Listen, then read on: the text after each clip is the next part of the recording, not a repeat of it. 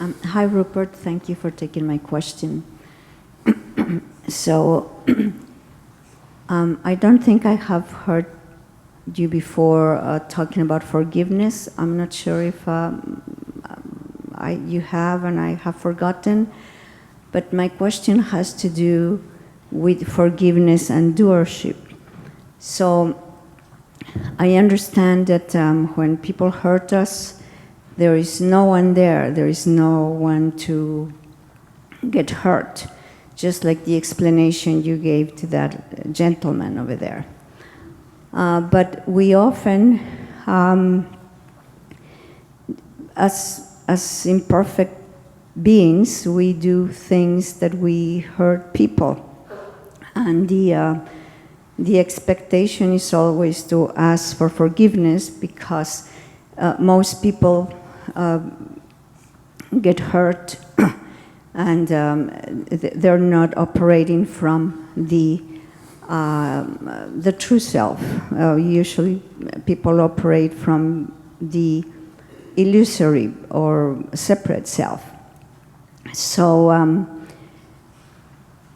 I just wanted to know your opinion about forgiveness. And then there are a lot of teachings too that talk about forgiveness, forgiving yourself, forgiving, having compassion for yourself, and forgiving your guilty feelings or your past. And there is always this emphasis on forgiving.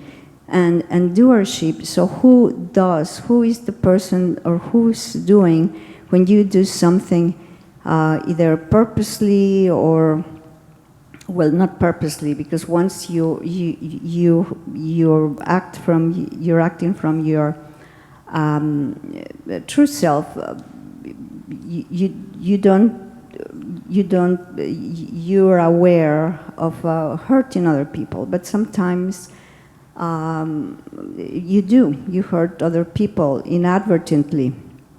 So who's the doer and of hurting inadvertently? Who's the doer of hurting other people, and where does forgiveness comes to play in, and compassion? Thank you.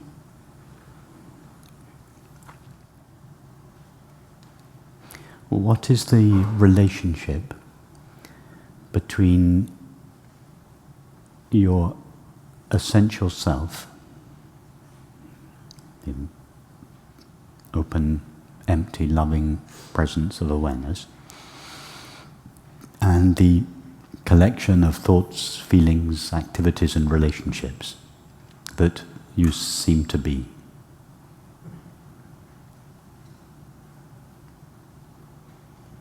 What is the relationship? What is the relationship? What is the relationship between King Lear and John Smith?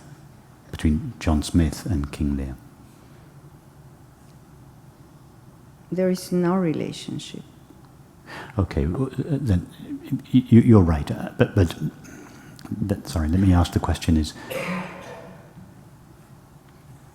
in what way does John Smith view King Lear? Imaginary. Yes. Let me ask it a different way. Does John Smith judge King Lear for anything? No. Cordelia, remember King Lear's daughter, Cordelia judges her father. Right. For what he did or didn't do to her when she was a young child, etc. But what is the relationship between John Smith and King Lear? Does John Smith judge anything that King Lear does? No.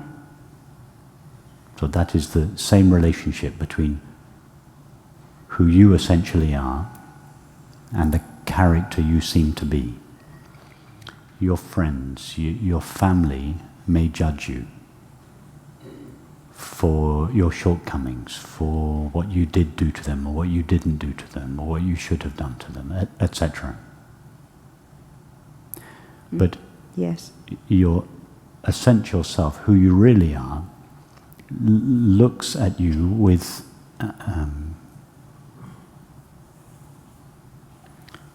what Francis used to call benevolent indifference. Loving indifference. Indifference in the sense that it looks with complete impartiality, but it is not a cold, aloof impartiality. It is more like the indifference with which a mother looks at her child playing in the garden. She's not particularly interested in the child's activity, but she looks with benevolence, with love. So that's the same way that what we essentially are looks at the character we seem to be, that is our thoughts, feelings, activities, relationships. And therefore to stand as the true and only self of awareness in relationship to our thoughts, feelings, activities and relationships is to stand at the place of forgiveness. Because from that perspective, there is no question of judging the character, and therefore no need to forgive it. So that is the true place of forgiveness, not an effort of your mind to forgive past wrongs, but the nature of yourself. Right. And that is also, so that is the place at which we have to stand, not only if we want to forgive ourselves for wrongs that we feel that we have committed, but also the place where we stand, where we must stand if we want to forgive others for the wrongs that we feel they have done to us. If you try to forgive with your mind, you'll have a battle on your hands.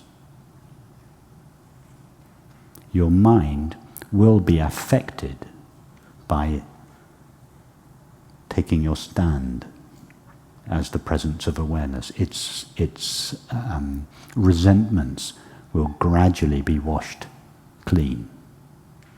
But that will be a side effect of your taking your stand as this benevolent but indifferent, this loving but indifferent presence of awareness.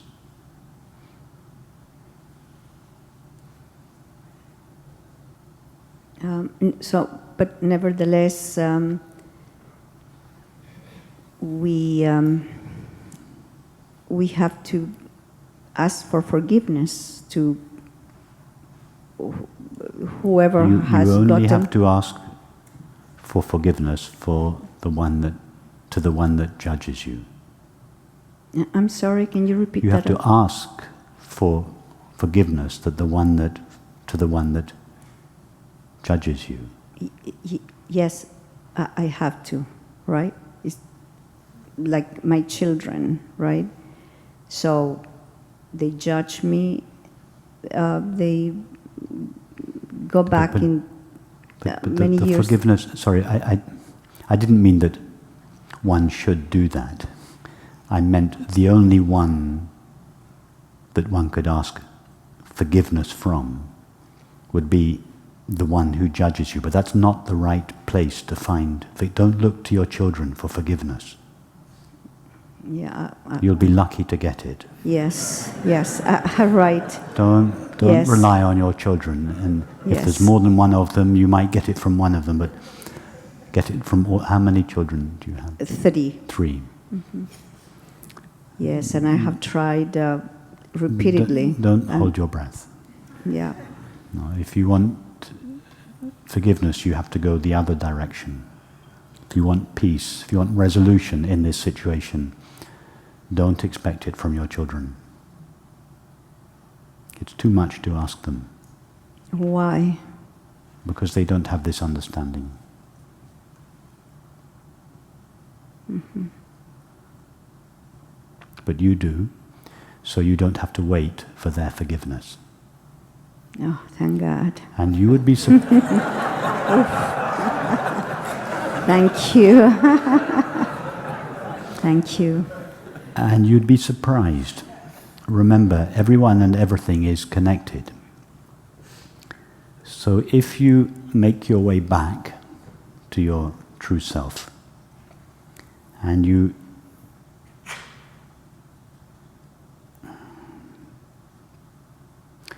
view yourself from the perspective of your true self, in whom there is no judgment and therefore no need even for forgiveness, you will be washed clean of the need for forgiveness.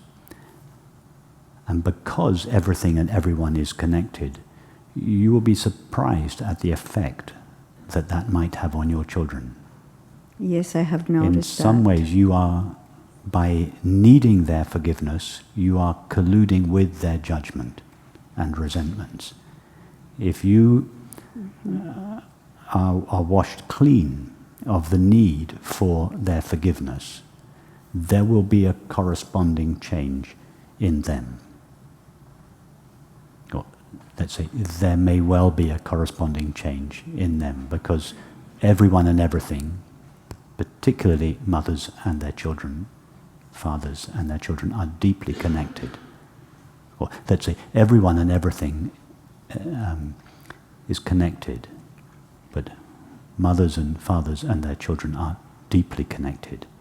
And they're usually locked into a dynamic, which is a single dynamic, not just two independent feelings. So when part of the dynamic changes, the whole relationship changes. So don't worry about your children. Go back in the opposite direction to find forgiveness. And you may well be surprised. Yeah. Your children will notice, even at a distance, the moment your heart is free of the need for forgiveness. They will notice, even if you don't contact them, they will notice. Yes, I have. They will feel noticed. it. Yeah. Something will change.